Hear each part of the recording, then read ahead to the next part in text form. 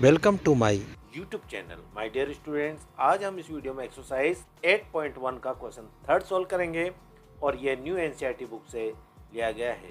Let's begin. Question third है हमारे सामने। If sine A equal to 3/4 calculate cos A and tan A. My dear students, हमें यहाँ पर a इक्वल दे रखा है 3/4 के साइन ए, यानी एंगल हमारा होगा a, और उसे कैलकुलेट करना है हमें cos a की वैल्यू और tan a की वैल्यू हमें फाइंड करना है। तो हमने यहाँ पर एक ट्राइंगल बना लिया है ए बी सी, एक ट्राइंगल यहाँ पर बनाया है और यहाँ देखो तीनों में जो एंगल लिया गया है वो तीनों एंगल ए है।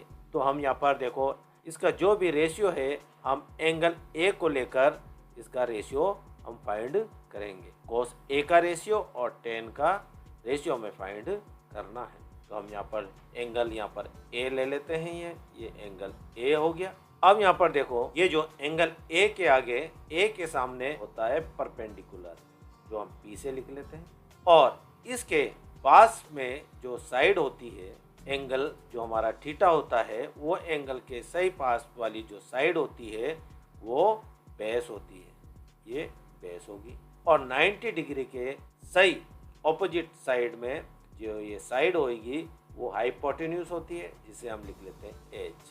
अब हमें ये देखना है कि बेस क्या है, परपेंडिकुलर क्या है और हाइपोटेन्यूज क्या है। तो हम यहाँ पर सॉल्यूशन स्टार्ट कर लेते हैं। हम ए के रेशियो लिख लेते हैं साइन ए का रेशियो हम लिख लेते हैं साइन ए इक्वल टू 3/4। अब हम यहाँ चलते हैं ट्रिक पर। ये पंडित बद्री प्रसाद हर हर बोले, ये हमने ट्रिक बना ली है। अब यहाँ साइन का जो रेशियो होता है वो P/H होता है, यानी परपेंडिकुलर अपॉन हाइपोटेन्यूज होता है।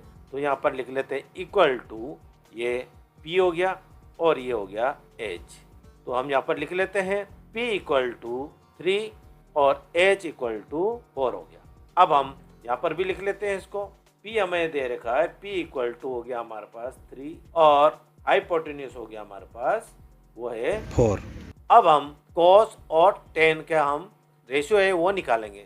तो सबसे पहले हमें यहाँ पे देखो हाइपोटेनस हमें दे रखा है, परपेंडिकुलर हमें मिल गया। अब हमें फाइंड करना है बेस।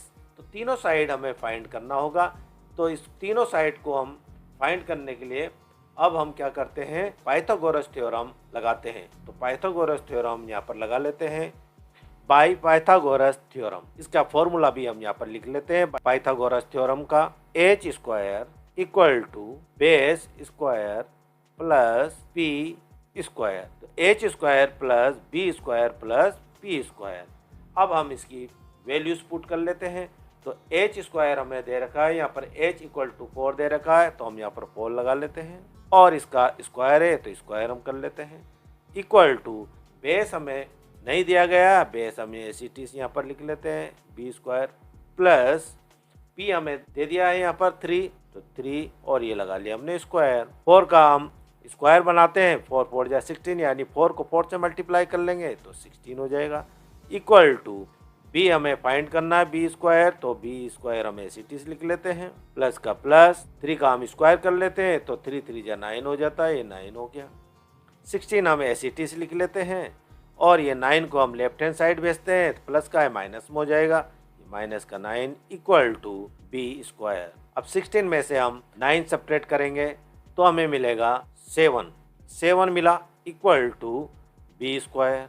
हमें इसका स्क्वायर हटाना है तो हम दोनों साइड को रूट लगा लेंगे। यहाँ भी हम रूट लगा लेते हैं और यहाँ भी हम रूट लगा लेते हैं। अब रूट से स्क्वायर कैंसिल हो गया। अब यहाँ पर देखो, अब इसका कोई परफेक्ट स्क्वायर नहीं आएगा, वो पॉइंट में आएगा, डेसिमल में आएगा, इसके लिए हम इसको एसिटी से रहने देते हैं।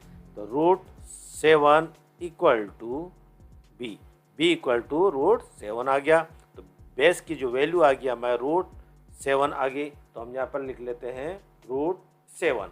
अब तीनों की साइड हमें मिल गई है। अब हम cos a की और tan a की भी हम रेशियो निकाल लेते हैं। cos a हम यहाँ पर लिख लेते हैं cos a, ये cos a हमने यहाँ पर लिख लिया इक्वल टू, अब cos a क्या होगा, यहाँ पर देखो ये जो होगा B/H, ये तो साइन हो गया P/H और ये हो गया cos B/H। तो इसका जो रेशियो होगा b अपॉन h होगा cos a का, इक्वल टू, अब बेस क्या दे रखा, ये √7 आ गया, अपॉन हाइपोटेनस आ गया 4 हो गया।